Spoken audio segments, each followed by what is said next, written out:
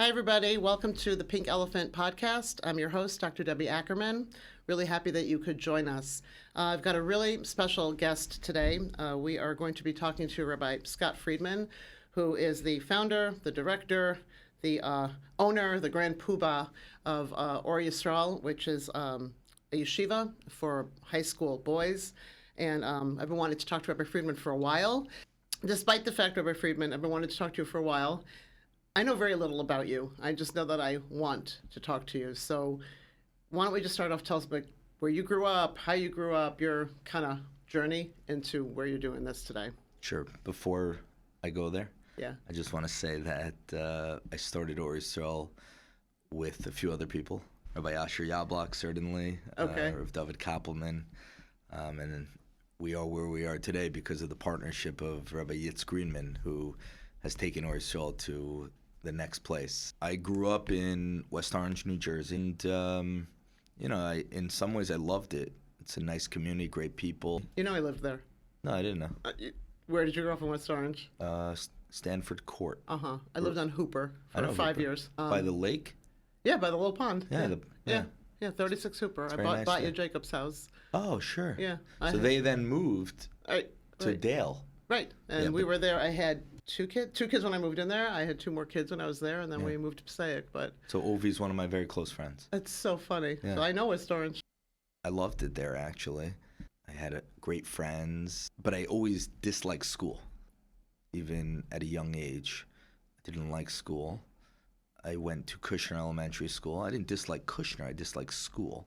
I liked seeing my friends and hanging out in the hallways Right. and running around and playing Right. basketball, but I was never interested in whatever was going on in the classroom. Who is it that said, don't let school get in the way of your education?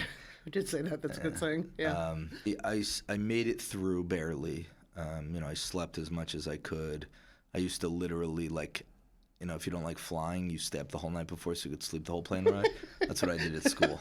I would try to stay up as late as I could. That way, even if I wanted to be awake, I couldn't be awake. Right. So I would sleep as long as I could through the day.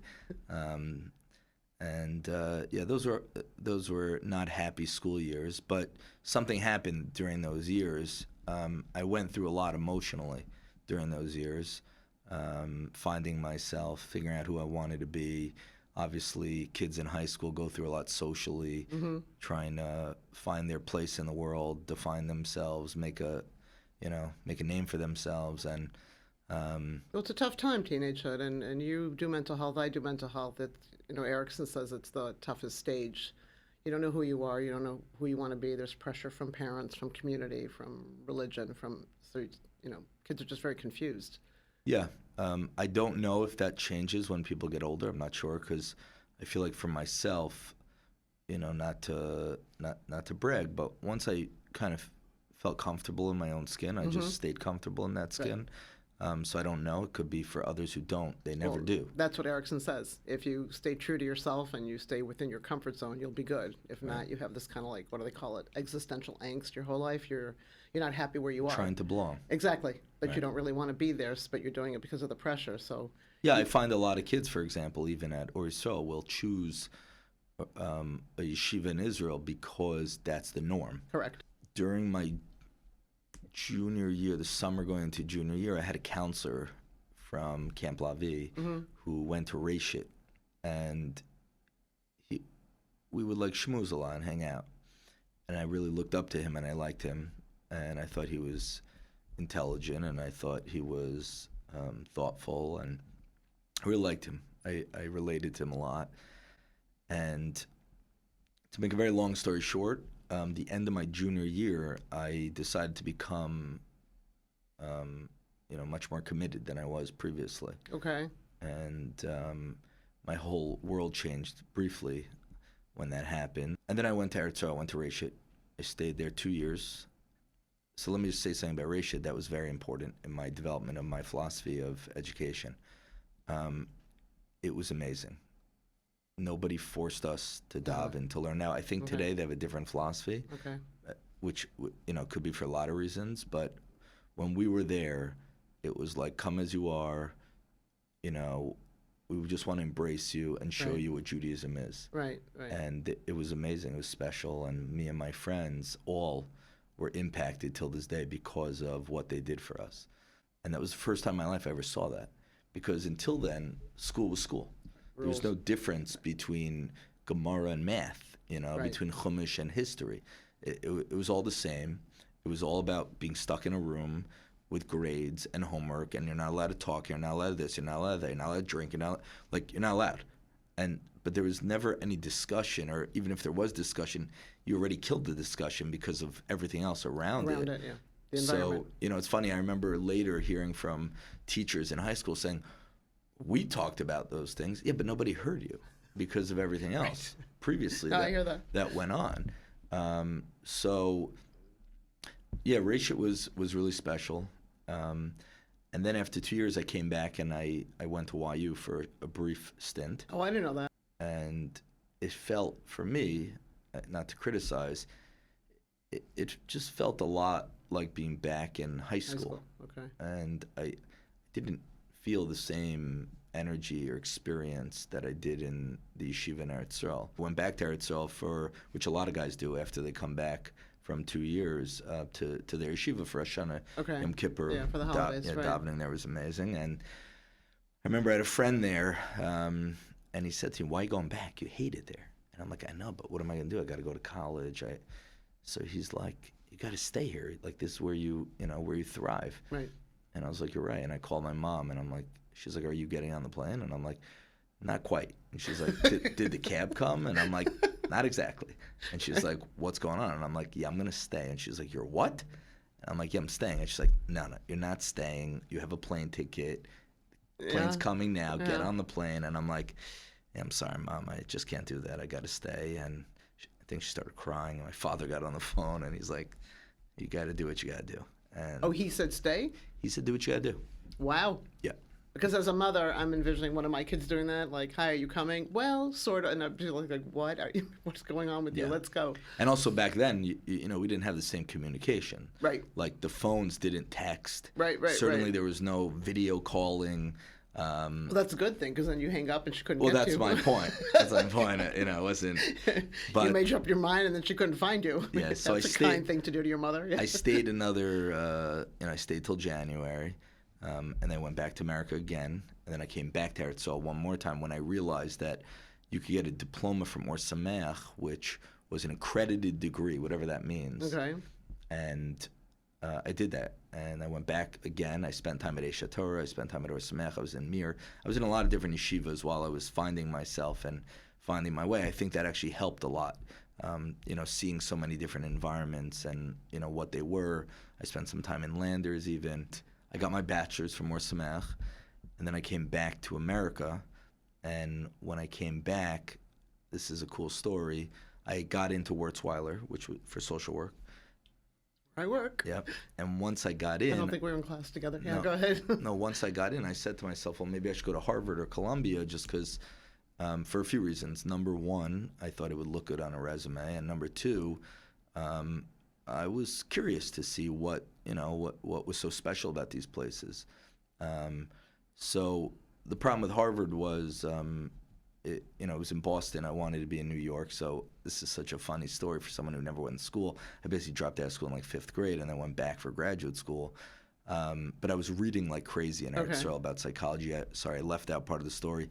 I met a Rav named Rav Gedalia Rosen, who you definitely want to interview, who completely changed my life. And he gave me perspective. He was like the Dalai Lama for me, and it's just amazing what he opened me up to. And saying I experienced therapies, and he taught me about things such as EMDR and brain spotting. Oh, really? Fast at a young age. He's a mental health guy? Yes, but he's so interesting. He travels literally everywhere to practice, to train from the best in every area. Really? So he literally doesn't have one, modality. He's not a cognitive guy. He'll pick whatever he feels he needs. Right. Which is so amazing. And it was amazing. I learned so much from him at such a young age. And Then I came back, and this is a great story, and I literally walked into Columbia Graduate School, and I walked over to the secretary, and I'm like, so where do I apply? And she like laughed at me, and she's like, you missed the application deadline by like a month. And I was like, oh man. So she goes, but you could come as what's called a non-matriculated student. I was like, what's a non-matriculated student? And she said non-matriculated student means you're not really a student here, but if you pay out of pocket and you don't take any, what is it, FAFSA or whatever you get, you could take up to 11 credits, but then you'd have to leave unless, you got into a full time. Exactly. Accepted. So I was like, you know what? Why don't I try? I'll take 11 credits. Worst case, I'll transfer them to Wurzweiler, and I'll do so well, they'll have no choice but to accept me. Confidence. We love that. Yeah. Okay. So, well, after spending all this time with Rosen, I felt like everybody there was, like, didn't know anything. Okay. And that's what happened. I took 11 credits. Something very cool happened. There was a woman there who's actually pretty well known now named Dr. Lisa Miller. Okay. Who, if you look her up, she now started an entire new program at Columbia University, the Mind, Body, Spirit, master's program. Okay. But at times she wasn't yet, she wasn't, running the whole program. But right away, I really liked her and what she was teaching. She touched on psychology, spirituality. That was everything I was just involved with. So what was fascinating, and this also, tells a lot about, I guess, my educational approach. I wasn't in Columbia just for the degree. Most people were there to regurgitate information, have the professor pat them on the head and tell them they were good. I was there to learn. So I would argue with my professors, and I was reading, and I had my own perspective, and I would call Rav Rosen and say, this is what they're saying. I don't, and we would go back and forth, and they loved it. They loved it because they saw that I was really on fire about what we were doing, and I would stay late and talk to them, And what happened was Dr. Miller and I ended up talking for a ton because she was a secular Jew, and she was fascinated by my experience. Okay. And what ended up happening was I remember standing in the Columbia hallways, and she says to me, what courses are you signed up for next semester? So I said to her, I don't know if you know this, I don't walk around with like a sign on my forehead, but I'm a non-matriculated student. I applied to be accepted, but I don't know if I'm going to be here next semester. I might be somewhere else. I'll never forget. And she says to me, so what courses do you want to take? So I said, like, did you not hear me? I just told you. And she looks at me and she said something like, well, I'm like the head of the acceptance committee. Oh, wow. Yeah. Wow. She's like, so what courses do you plan on taking? I actually started to cry. Like, that was for me, like everyone told me my whole life, you have to follow the yellow brick road, right? Like, just follow the road. Just stay in line. Stop fighting the system. Just do what everyone tells you to do. You have to follow, you have to listen, you have to be a good boy. And here you charted your own. Well, here I totally went my own way. I was scared. The whole way I was nervous because I was told my whole life, unless you go to TABC and then YU, and then you get an internship and then this and then that. You'll be a failure. You'll be a failure. You won't be able to support a family. You won't make a living. Nobody's going to want you. And you know what? I couldn't do it. It's interesting because I grew up in Detroit, Michigan, right? And you think I'm 25, but I'm not. In the 70s and 80s, so I got my love of rock and roll. Because what else is there to do? I share that. What else is there to do in Detroit but listen to the radio? I mean, it snows for 8 months of the year. It was, Eastern European parents. I wasn't exactly going to party. So my radio. But I went to this really, really small high school, which I still know people. There were 8 kids in my graduating class. Wow. 8. That was Orr's first graduating class had like 9. Right. And then times that by 3 because in 12th grade they went to Israel. So the entire high school was maybe 30 kids. Wow. Right. It was a very interesting experience. And I'm with a bunch of very nice but Jewish kids who really want to do well. So I had like a B something average and I was at the bottom of the heap. The bottom of the heap of my class. Right. 7 kids, everybody's got a 4-point. And I was very good with words. I was great with writing. I was great with French. And so I shouldn't even tell you these things. I should strike a deal. There was 2 of the kids that really weren't good with French, and I loved it. So I would take their French tests, and then they would do my math, or I would write their papers, whatever. One kid, my God, I can't believe I'm talking about this.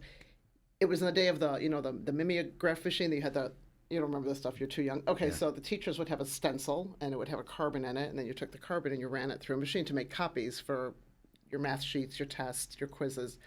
You're looking at me like I'm from the horse and buggy generation. But No. anyhow, Yeah. so this one kid in my class, every time there was a math test, he forgot something at school the night before. And everybody lived like 2 blocks from school, so his father would take him. He'd, wait in the car. He'd go into the office, which was open, go through the garbage, grab the stencil, take it home, and call us all with the questions. Of course. Wonderful. So because it was condensed in 10th and 11th grade, you took physics and chemistry.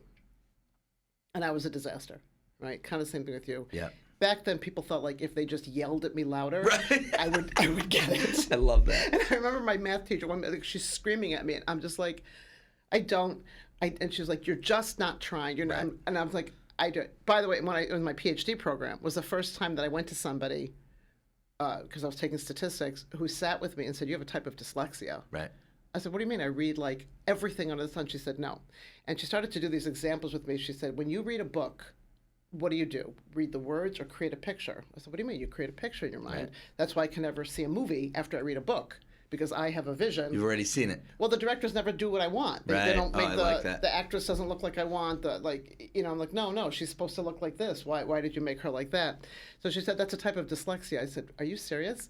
And so she has that type of dyslexia, my tutor, and she became a biostatistician for biology, whatever, a researcher. Mm-hmm. So she told me she took this extensive course.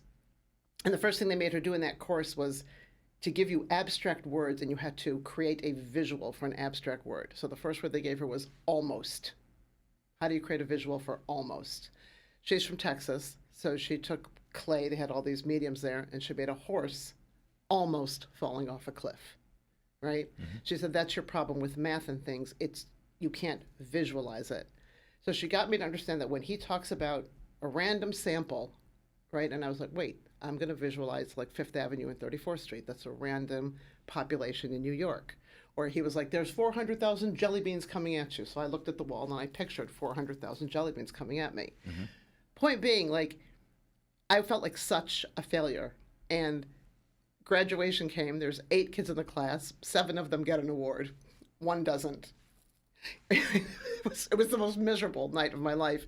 Even though I had a scholarship, I was a pianist and I had a music performance scholarship for college, but that forgot to be mentioned. So there's 8 kids. Everybody's walking away with this extra certificate, and I'm walking away with nothing. I give you my word, I walked out of there bawling. Well, I mean, that's just wrong from the adult perspective. 100%, but that's what I'm saying. There was no thinking, and sensitivity. I was also like, I think people thought I would end up in a box in Times Square. Like, they're just, you can't do it. There's nothing you can do. Right. And this is why, like, what you do is so appealing to me, because I really thought I was dumb. Like, I really thought, like, okay, I'm nice. I never thought I wasn't a nice person. So I just want to say, I'm not saying this to be different.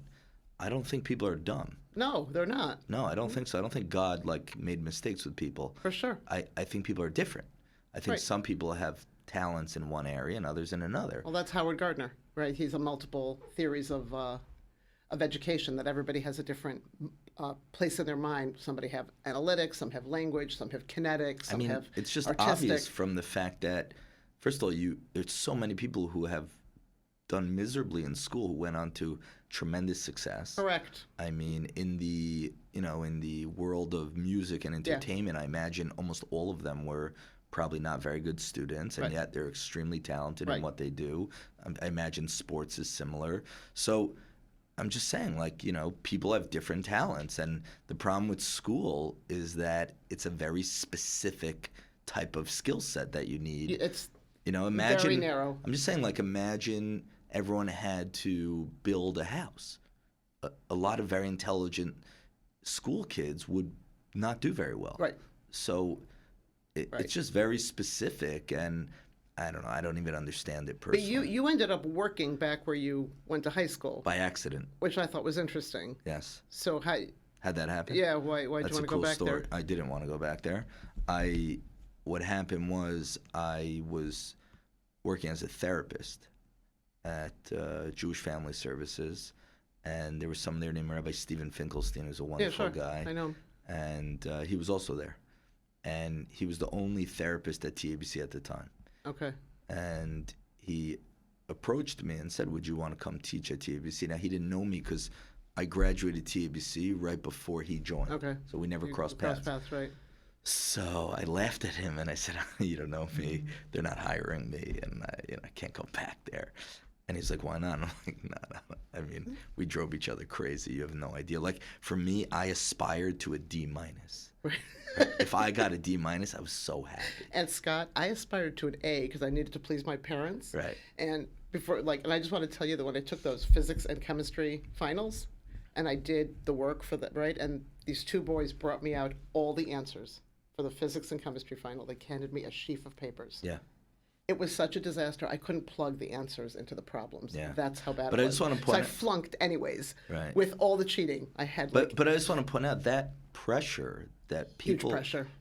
it leads to a lot of the lying and cheating, and lying and cheating is so much worse than failing. Yeah, because I almost got caught and I failed, and I'm like, oh my God, I'm failing and I'm getting caught. My parents are going to kill me Yeah, 3 but times I would over. say not getting caught is almost worse because it leads to a lot of lying and cheating people do as adults because they feel it's a solution That's to their true. dilemma. Well, for sure. I mean, even, again, we just saw with, in Harvard, the scandal with Gay and then whoever the other person is. We're not doing context. Right, exactly. So how long were you at TBC? How long did you work there? So, yeah, they brought me in as a therapist and a Rebbe, and I stayed there a very long time.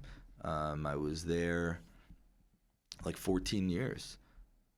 That's a very long time. Yeah, I'm trying to think. Was it that long? I think so. Yeah. I mean, for somebody who didn't want to go back, 14 Well, years I'll tell you what else. It actually did a lot for me. I'll tell you why. The second time around. I thought when I went into the field of therapy that I only was going to work with people with serious emotional difficulty or kids at risk or kids doing drugs. Mm-hmm. You know, it's interesting. TABC has every type of kid because Right. it's a community school. So it's not just those type of kids. It's all type of kids. Right. And what I found, which was really good for me, was I connected to everybody. You know, I taught what one would call the more motivated guys. Mm-hmm. I taught the less motivated guys. I connected to the middle motivated guys. That's the first time I heard of you. My son went to TBC, and he would tell me about you. He Oh, that's graduated right. Usher. I remember Usher. Yeah, Sure. He was like, he would tell me about Rabbi Scott Friedman. I was like, okay. And he was one of those very high motivated, Right, high and yet we achieving- had a nice yeah, relationship. He thought it was great. Right, and Yeah. and that was something I didn't even know I had in me, I guess. Although I guess I should have after, being in Columbia and wherever else. But I didn't know. I thought I was just going to deal with a certain population, and it's actually very good for me because I saw that I was able to connect and relate and be helpful to Many people. anybody. So how did you shift? 14 years is a nice round of a place. So how did you shift to? So I'll tell you. I want to say it the right way. There were a lot of It's confidential here. It's just between us and everybody. All the people looking at me. I'm a therapist. Don't worry about it. There were a lot of changes being made, and the whole time I was there, I never gave tests or homework. I don't believe in that. I can talk about why. And I gave everyone, I told all the guys in the beginning of the year, I said, listen, I have to give a grade the school makes me. So I just want to know, if you never show up, I'll give you an 85. And if you do just anything at all, I'll give you a 95. So that way you don't feel pressure that you have to do anything at all. Because I don't want to put a gun to your head and threaten that if you don't do what I'm asking you to do, then God forbid your life will be hurt because you're not motivated or connected to Hashem right now and whatever else. So you want organic learning. You want people to learn because you want to learn, right? Like you were in grad school, I was in grad school. I wanted to do this. I'm going to read everything I can get. And my more hands than on. that, it was specifically when it comes to Limudei Kodesh, you represent God. Right. You do. Okay. So if they hate their Rebbe or they hate their class or they hate their parent, they hate God. Right. And I wasn't willing to be that person. Like I would have quit. But I knew that going in. Like that's why I was able to stay true to myself because I was always willing to be fired. I was never afraid of it. Okay. That was the difference probably. Right. My father taught me at a young age never to think about money. So I don't really think about money. I only think about doing what I do, and I believe money will follow whatever needs you have. Okay, that'll be a different podcast. That's great. Okay. That one's a different. I like that. Sure. But so then you said that's it. I can't. Then they made. I was able to live through all the things I disagreed with over the years, and there was a lot. But there were also a lot of things I liked, and there were positives and negatives, like in a lot of places. But once they made the changes they made, I don't really want to go into the details publicly about what I was. Probably not a good idea. Yeah. There were some changes I couldn't stomach. Okay. And when that happened, I basically told them, listen, I never ever pushed to be in a leadership position. I was happy in my office. I ran Ori Sol out of my office in TABC. I did my own thing is my point. I'm saying is they let me do me. I dealt with all the kids and parents as I was comfortable. Okay. And the school's very respectful to that. And the people I worked with were, and I love them. And we agreed to disagree on things, but we had a wonderful relationship. Okay. And I basically, like I said, ran Ori Sol out of my classroom and office. Okay. And there were even one year where they told me, we don't want you teaching because we don't agree with this, but you could stay in council guys all day. And I was like, okay, that's fine. I said, I think it's crazy, but that's fine. I don't mind. And then they're like, okay, we'd rather you teach again. That's fine. We were able to have an open dialogue about our philosophical differences. But when the new changes happened, I got a sense that the school going a different direction. And they wanted everybody in a certain direction, and I was never going to do that. And I made that very clear. And I told the new people, like, I'm going to do things my way. I'm not going to do it your way. And if you don't want me here, that's fine. I'll do my own thing. And they were like, well, we want you here. We just want you to do it our way. I was like, I got that. That's not an option on the table. And I left. And I started what I envisioned to be, Eish Gesher, Reshit Yerushalayim, the old OJ, places in Eretz Yisrael that I experienced. Eish Gesher I didn't experience, but I went to Eish. And places that are turning kids on in Eretz Yisrael to Yiddishkeit. Right. I wanted to give them that in America at a younger age. I also think kids today are growing up faster because of the internet. Definitely. I think that they're more entitled. I don't mean that in a negative way, just literally. Well, they're more exposed. That's what I mean. Yeah, they're more exposed. Tremendous more things than we were. Exactly. So tried Detroit in the 70s. Okay, that's what I'm saying. No, but they're exposed to everything at a very young age. We went to get Slurpees, and it was like, yay. Right. It was like, I'm being serious. Like, my first car had an AM radio. My friends, had to screw in this, FM thing where you could get, one station, literally, put aluminum foil on top of your head to get the reception, hang out the window. Pathetic. But I was so excited. I have a car, and I'm going to have one channel on an FM radio. What more do I need? Right. Big yellow LTD. They called it the yellow banana. Look, and I also want to say that I noticed over the years, my own friends from TABC and other schools, and then as a Rebbe, I saw so many kids as they got older didn't want to have anything to do with Judaism, or very little, or at best culturally or socially, but not in a meaningful way. Right. And I personally feel and felt that a lot of that had to do with the schooling system. For sure. Because they're being trained to, want. It's like kids in the, I guess, conservative world. They have their bar mitzvah and it's over. I'm done. I'm out. Right. And I think very much in the non-Orthodox world, and maybe even in other worlds, that's how it is. I graduate. Some kids even will go to Eretz Yisrael. They'll become frum for a short period, and then it's like I'm back to doing my life. Get out of my way, which is how I felt as a kid.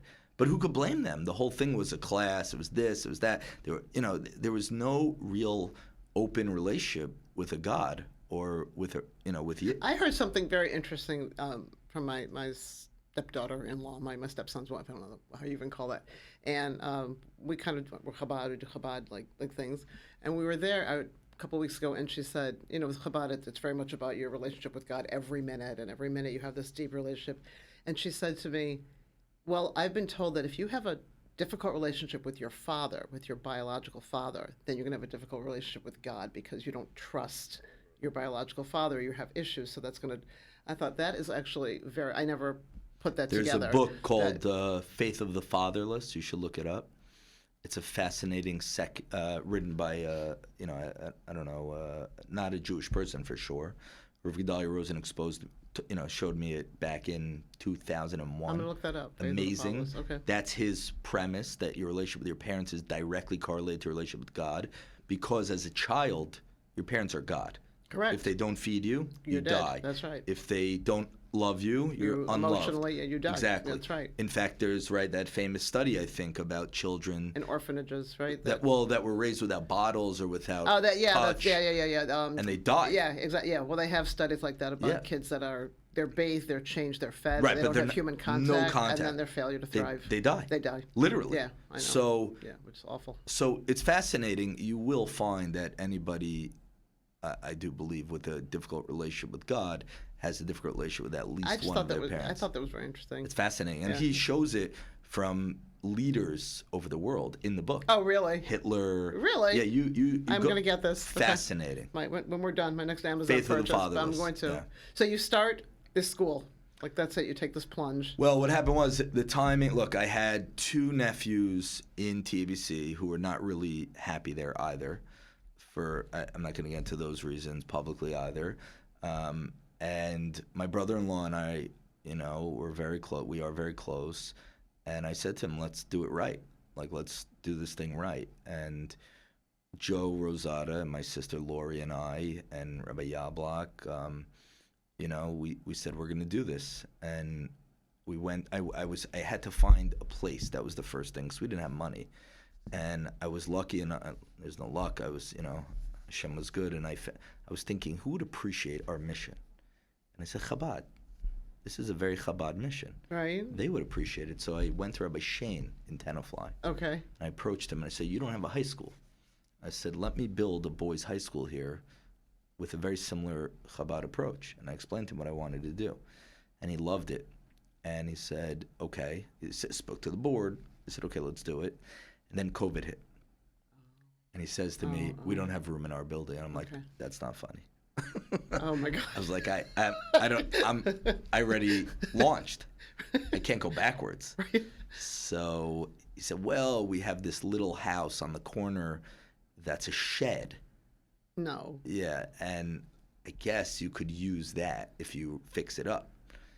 So I was like, okay, I could do that. Little house on the prairie? Basically. Like the one-room schoolhouse? It was a dump, and we fixed it up. Did you ever see it? No. It's stunning. Really? We it's beautiful. In the end, we built a base medrash on the first floor. It had 1 full bathroom, had a washing station, and 1 office. And then the upstairs was this beautiful, lounge with a kitchen area with a second room. That was it. 25 kids. You started with 25 kids? Yeah. That's good. Yeah. My nephews were 2. Well, you need another 23. And I brought a bunch of my TABC students. That was part of why TABC was not happy. But they were unhappy there. And I was offering them a different experience. And they came, and then they brought friends from MTA. They brought friends from JAC. And listen, it was an underground movement. We felt like we were fighting our way out because, I'll be very honest, most of these schools are run by boards of people with a lot of money. Yeah. And no disrespect to those people. They mean well. They're good people. But they don't know anything about education. And like medicine is run by insurance companies. Right. Yes. Right? I know a lot of... And mental health is run by... Because I do addiction, right? And I have my own practice. But I remember working in the clinics, and they're like, okay, you get 28 visits for someone who's been addicted to heroin for 30 years. I'm like, really? 28? Oh my God, that's so much. Right. Like, takes you 27 to figure out where the bathroom is in the clinic. And so it's not medicine, it's not mental health. It's and again, these are a business model. These are good They're definitely people, good people. They just and don't get it. they mean well. Right. And they're dedicating their money and their time and their resources, but they don't know what they're doing. And the problem was, I started noticing as I was dealing with the school in that way, what was really going on. And what was really going on was, I hate to say it, it was more about the image. It was more about keeping a certain clientele or whatever, rather than being about the individual. And you remember the first thing you said to me when I brought my son for the interview? Okay, this is what clinched it. I want you to know that. So I'm down to my 11th child that I'm putting through school. This is it.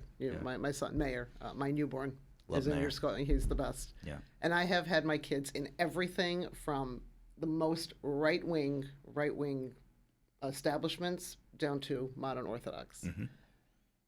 And there have been some issues in each one. I mean, again, it's a system, and I get it, and all good people and teachers work really hard and get no pay, and I get the whole thing. Yeah.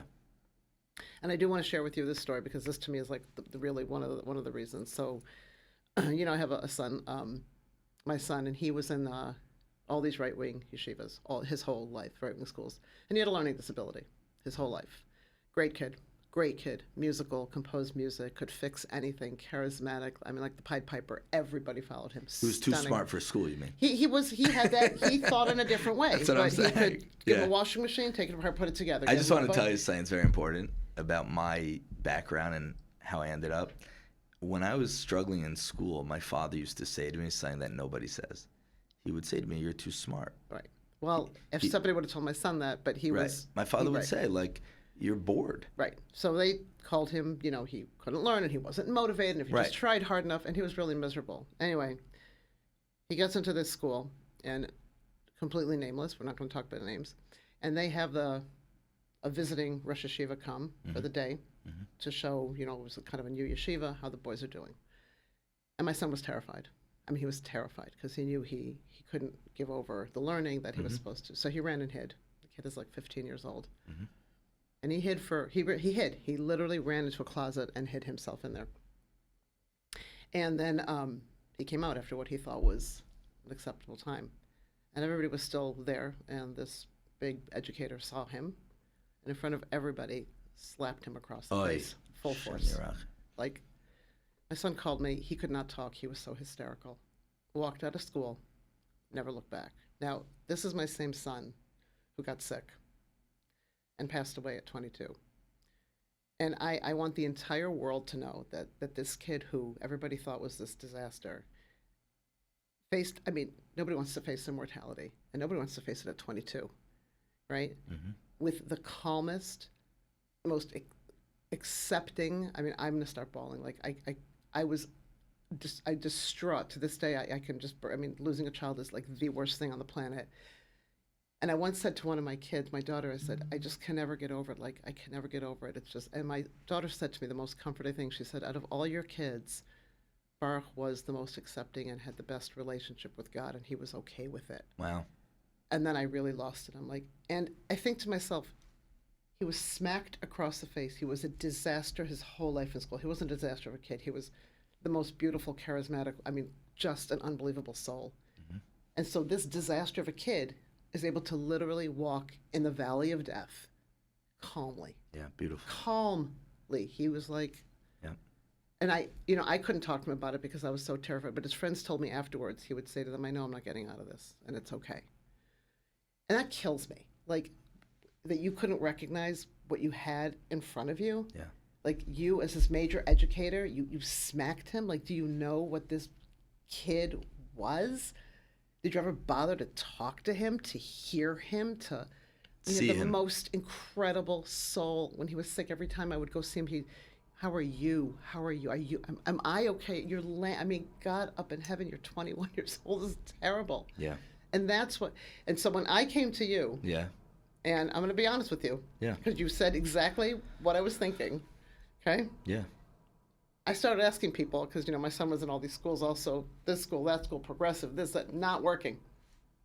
And your name started coming up. And everything I heard was terrible. Yeah. And I'm like, okay. And my son Mayor's like, look at this place, look at this place. I'm like, Mayor, I don't know. No, look at this place. And I'm asking around. Terrible. Yep. I said, fine, we're going to go.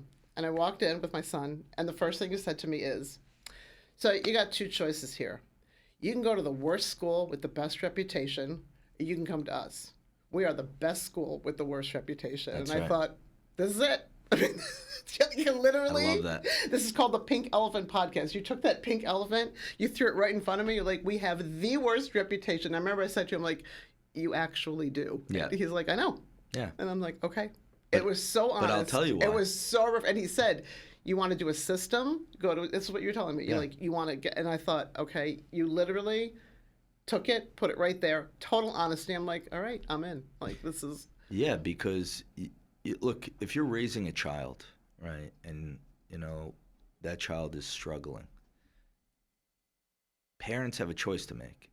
You either are going to support the child in spite of what people will say, right, in spite of what might happen to that child, or you're going to try to cover it up or Right. try to force them into your Right. box Correct. or do whatever it is you need to protect your own reputation and your own About your image. Correct. And Correct. I don't care about that. Yeah, I know. I love it. Yeah. I don't a care. rebel with a cause. I'm not trying to be rebellious. I put the I think kids you're first. honest. I put the kids first. So where are you now? How many kids are there? So Baruch Hashem, we now in the high school have about almost 100, and That's crazy. Baruch Hashem, it's funny. I think it's small. In how many years? 4, It's incredible growth. I guess. I think it's small because I really think we should have thousands. No, you should have millions. right. I mean, yeah, you def. Let me ask you a question. Do you think that your philosophy? I mean, I think it's great for our community, and I wanted you on here, and I intend to help spread the. Yeah, I don't know if people know our philosophy yet. We should get into that. So what? Give it to me. Give it to me in a sentence. What is it? It's really simple. Our philosophy is deal with every individual as an individual. That's really the philosophy. That's the Jewish philosophy. That's right. Yeah, that's educate no one every else. child I shouldn't say according to no their one way. else. That's not true. But I'll give you an example. We have a regular general studies program. Right. That's very unique for a school that's out of the box. And kids complain and they say, well, I don't understand. I don't want to go to class. And I said, that's fine. You don't have to go to class. Right. Oh, I don't know. No. Oh, okay, great. So, and I'll still graduate? No. Well, you said that. Yeah. You said that when we went to the interview. You're like, you don't want to go to class, that's fine, but then you won't graduate. That's Right, like, perfect. what- You get the responsibility. You want to graduate, you go. Right. You don't, fine. But like in other schools that I taught at, it was all or nothing. You Right. take the whole package, you don't take any of it at all. And by me, I don't believe that in a child or in a person. Like But also promoting autonomy, and it's promoting For you're in sure. charge of your own destiny. 100%. You want that high school diploma, what's, get it. What's If you cool don't, about fine. us, though, is we give a huge amount of personal attention. Yeah, huge. that I know. So it's not like we just say, That I oh, you don't know. want to go, don't go. No, in the morning, if guys don't show up, a Rebbe will reach out, see if everything's okay. You know, we don't just sit around and wait for guys to show up. And in the afternoon, the same thing. If a kid's not coming, we talk to them. We'll talk to their parents. Right. Meaning, we're going to do everything we can to get them what they're. I'll give you a great story. There was a kid who can't sit still in the afternoon. And his parents came in, and we were talking. And I was like, listen, I don't know what to do. And then a light bulb went off, and I look at the parents because I realized that, like, you know, they're a little more, I guess a little more yeshivish, so they have a different. It's also different about us. We have so many different types of kids from so many different, backgrounds. Right. And I remember I said, wait a second, do you care if your kid gets a high school diploma? And they're like, no. And I was like, Great. Okay, fine. Let's have a new conversation. Correct. And I was like, okay, let's now pick and choose the afternoon classes that he's going to like. Right. Because he doesn't now have to follow the... And be there in order to Right. to do what he doesn't want to do. We could work in a different way with him. And that's what's so cool about what we're doing is every shiur is different. One shiur is Gemara, another shiur is this, another shiur. Some shiurim are literally just chilling and But all educational philosophies that have ever worked, yours, Montessori, they all promote that sense of choose what you like. Like you'll direct into what interests you and what you're good at. Right. And that's what it is. That's right? it's a part of it. The other part is I call what we do relationship-based chinuch, relationship-based education. It's the famous saying that I don't care what you know until I know how much you care. That's right. And That's I right. think that's very true. And, for our Talmidim, they know how much we love them. They know how much we value them. They know how much we think, how Can I tell you that one of the biggest parts of Mayor's education, and I love everything you do, are his morning and afternoon rides with Rabbi Einhorn. Well, come on. He's amazing. I just like... They have the best time. Oh, my God. The best. Because you have to understand something. We don't have a bar. Yeah. There's no bar. It's individualized.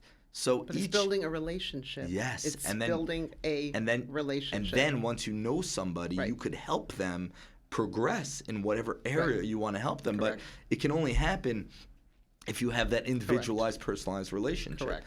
So I'll tell you something else we're doing that's very special now.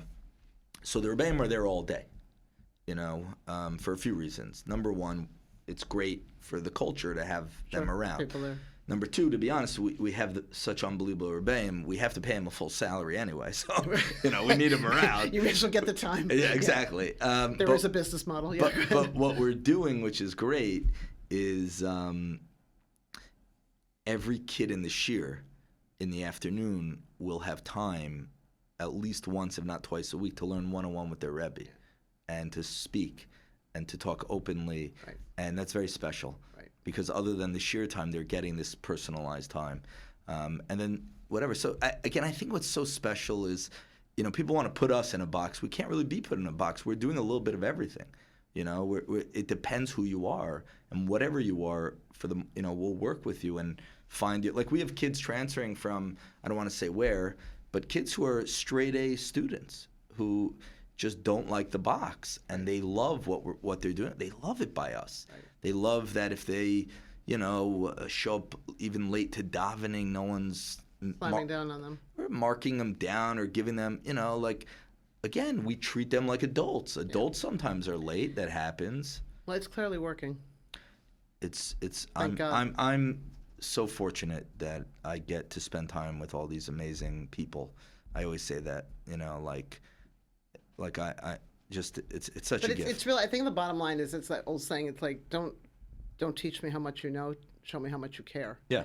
And I mean, I'm a therapist, you're a therapist. Mm-hmm. It's all about building the relationship. When I was in social work school, I remember I was nervous when I graduated. I'm like, I don't want to hurt anybody. That was my biggest fear. Please Sure. don't let me hurt anybody. Right. And I raised my hand in class. I'm like, I remember the tip. I'm like, I can't do this. I'm so scared. And I remember my professor looked at me and said, look, as long as you form that therapeutic bond with your client, right? They trust you, and you've created safety for them. Mm-hmm.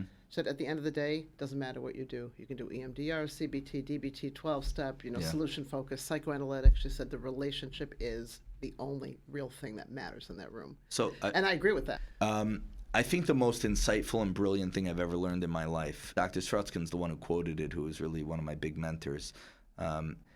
He said that most people think love and warmth and trust are the most important traits in a relationship. Okay. And he says it's not, actually. It's respect and value. Uh-huh. How highly do you think of the other person? Uh-huh. And that's why I always say to people, it's not how much you love someone, it's how much you like someone. Right. How much do you value them? How highly do you think of them? Right. And that's the thing I think that... Well, you like all of these boys. I know that. Like them a I ton. mean, I know that because I've taught you to like. I like spending time with them. I like them. Oh, it's the greatest guy. And then this is why you like them. I like them. Yeah, you look at their strengths. But as a therapist, also in a separate, if you don't like your client or you think badly, you can't work with them. That's right. We try to pair guys with Rebbeim who we feel will connect on a personal level and relate. And that's why we have, thank God, now 9 shiurim for 100 guys. Think about the ratio. It's like 11-1. It's phenomenal. So last question, because this has been great. We're going to do this again. I'm committing you to doing this again. What's the vision for the future? So we're working on a new building. I think it's very hard for people to take us seriously.